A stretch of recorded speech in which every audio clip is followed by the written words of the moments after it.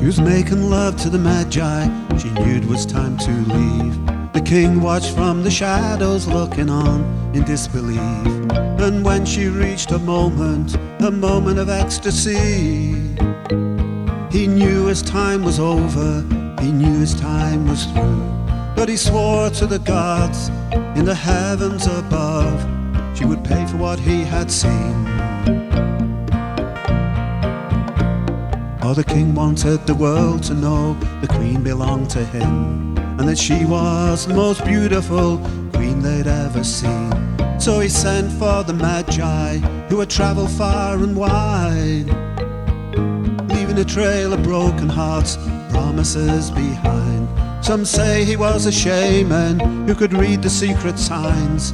There was magic in his eye.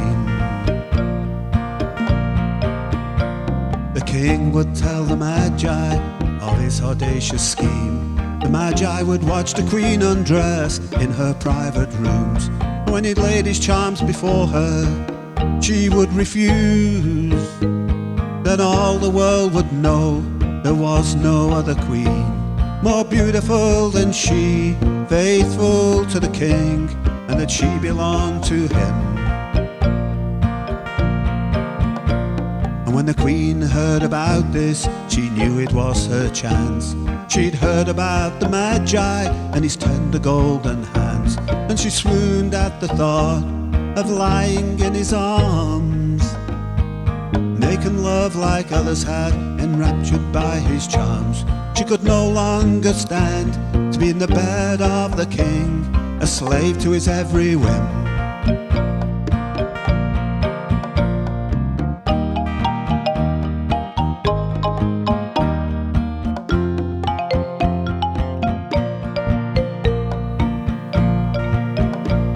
The Magi came to the queen's chambers, he could think of nothing else.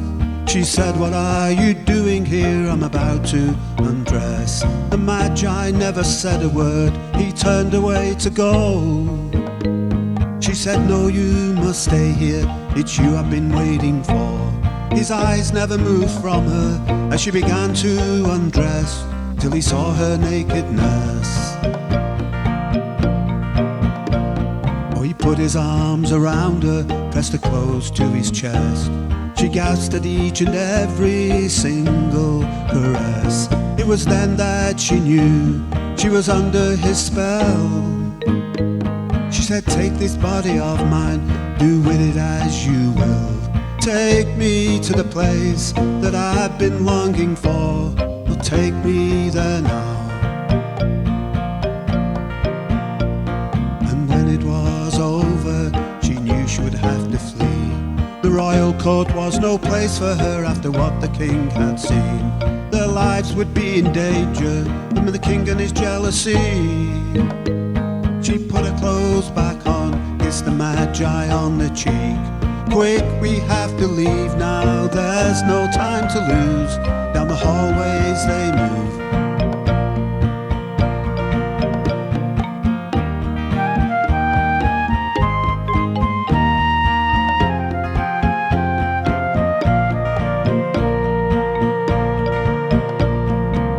Away in haste, disguised as a serving maid.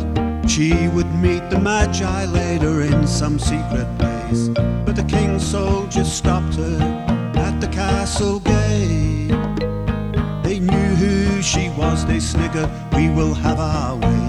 She screamed, "I'm the queen," but they paid her no heed. They just left her there to bleed. They searched and searched for the Magi, they couldn't find him anywhere.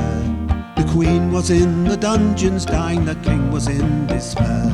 And then one day they found him in a harlot's den, alone and broken-hearted, still grieving for the queen. They cut him down and left him dying where he stood, drenched in his own red blood.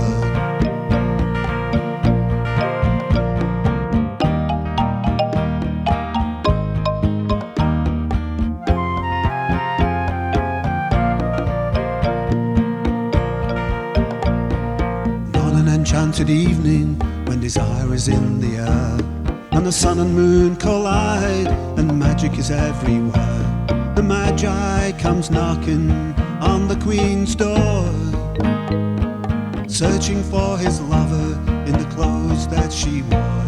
And the Queen stands before him naked as she did before, a goddess of yore.